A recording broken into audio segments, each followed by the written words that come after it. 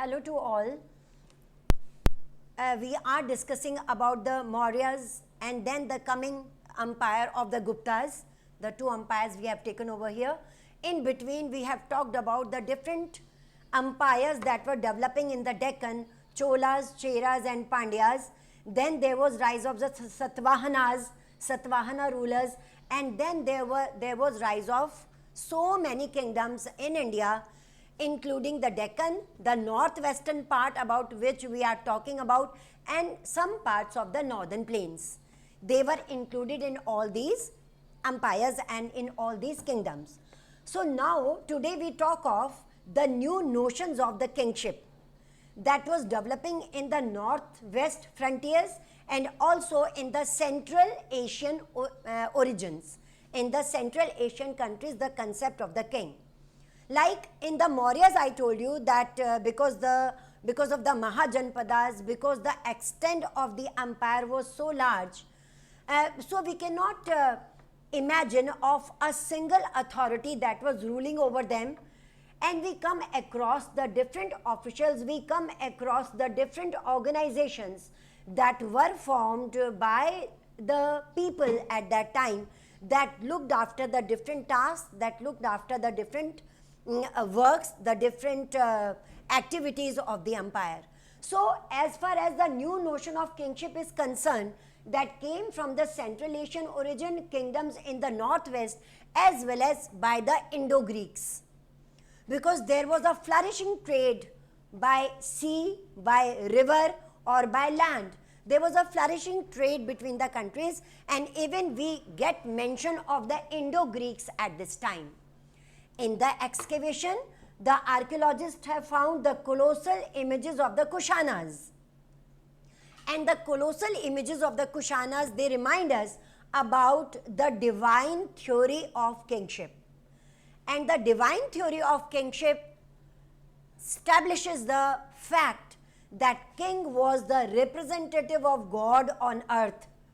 And king was regarded as a representative of God on earth, and everybody, all the subjects, all the people of the empire, they have to obey him. As far as the Jataka stories are concerned, as far as the stories of Panchatantra are concerned, these stories tell us that the kings used to change their attire and they used to visit the people secretly at night, and they used to come through what the people are talking about the kings. And in most of the instances, in most of the literary works written in the, I told you, Pali, Prakrit, Kharoshthi, Abhrant languages, we come through that most of the people came up with more and more complaints about the kings, because particularly the common people, they did not like the imposition of taxes on them, because a number of taxes were imposed by different kings so as to maintain their military power and so as to do the other public welfare works. So nobody liked the increase of taxes. So most of the people, they at that time, they criticized the king, they left their areas and better they went to the forest areas and better they settled in the as herders in the forests, nearby forests. So this evidence we get in the literary works. As far as the Gupta Empire is concerned, in the 4th century, we come across the evidences that there were Prashastis written. Prayag Prashasti is very, very famous. Prayag Prashasti, very, very famous about the kings, in which the importance of the kings is very well written. During the Gupta period, there was use of gold. It was also known as the golden period of the history of India.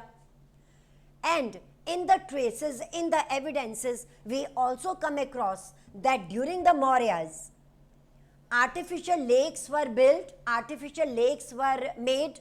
You can see the pages between 42, 43 and 44 of your NCERT, the 2nd chapter. You can see that there are sources given in your chapter that mention about the lakes. In one of the climatic change, in one of the climatic variation, a lake got destroyed and the lake was repaired by the coming kings. So that means people were aware about the conservation of water. Correct? In the evidences, we also come to know the use of another script, that was Devanagari and Brahmi script. Brahmi script and Devanagari script. However, this was the period when women, they were controlled by the males. There was a title called Gehpati. He was the head of the family, head of the community, and they used to control over women, children, old age people, etc. But we also get an example of Prabhavati Gupta. She was the daughter of a very famous king, Chandragupta Maurya II. She was married to the Vakatakas. Vakatakas was a community. It was a dynasty at that time. In this dynasty, Prabhavati Gupta was married, and according to the inscriptions, according to the written evidences, we come through that she was the beholder of lots of land, lots of properties, and then later on she also gave it in the land grants. Remember students, land grants were given at that time. Land grants were given to the temples. Land grants was given to the other people. There were Samantas also, and some of the Samantas, they became so powerful after some time that even kings, they had to subdue before them. And some of the Samantas, they even had the powers of the kings in some places. So we have all these written records. So about Prabhavati Gupta, she was the owner of so many things. She was the owner of many properties, lands, etc., which she granted to the different people, even the villages, even the grams, the villages, she gave in grants. So her name comes in history as an important figure of this period, Prabhavati Gupta. You also get this question in the board examination in the source based questions. Then we have the mention of increasing production in this period, how in the rural economy there was increasing production. So in the increasing production, we have two examples. The one example tells us about the transplanting of crops. In the inscriptions and in the literary works of that time, we come through that the peasants, the farmers, they were transplanting the plants and they were getting different crops, and we have a very good example of transplanting the rice crop. Correct? Perhaps it was their staple food. So transplanting was there. And the second important thing that surprises us, that is irrigation. That a number of canals, although we call that canals were built by the Britishers in India for the first time, but no, this was the period when lakes were there, rivers were there, and people built canals from the rivers to irrigate their fields in case when there was lack of rain. So irrigation was there nearby the areas, Punjab and the adjacent areas. So people had all these irrigational technology, and in the Pali texts written at that time, we get the mention of all this, including Gehpati. Correct? And he was a powerful personality at that time. And I also told you that grants were given to the Brahmanas and they had an important place in the society. Correct? Then we come through the Jataka stories, we come through that there was a tendency of escapism from the rural areas, and in the urban areas people had the Shrenis or the guilds. They were the groups of the crafts people. And there were rules and regulations to join the guilds, to join the Shrenis. However, in the urban areas, we go through a very important aspect of NBPW, Northern Black Polished Wear. Northern Black Polished Wear, black polished wear, beautiful wear that were used by the urban people and by the rich people. And then finally, we go through the coins. Trade was very flourishing. Certain coins, Indo-Greek coins have been found in India. Certain Indian coins have been found there.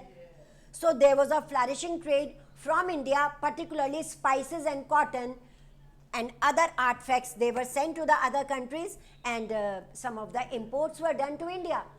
And because for imports we needed money, that is why taxes were collected from the people, and that led to the tendency of escapism. People escaped from the rural areas and went to the other areas, even in the forests. So a number of coins have been found that belong to that period.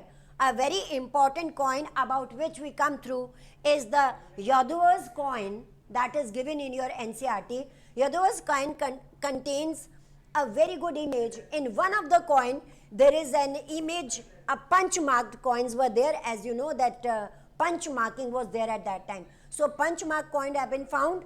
In one of the coin, there is image of Samudragupta playing on a veena.